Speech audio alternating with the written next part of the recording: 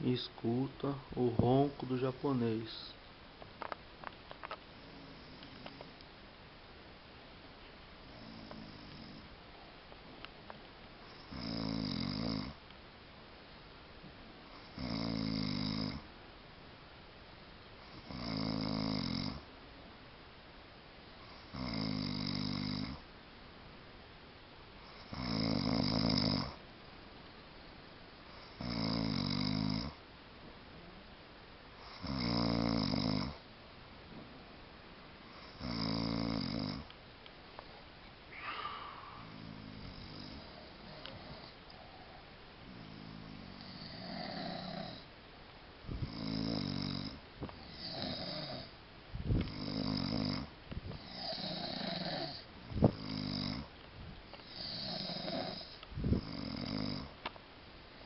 E agora, como é que eu vou dormir?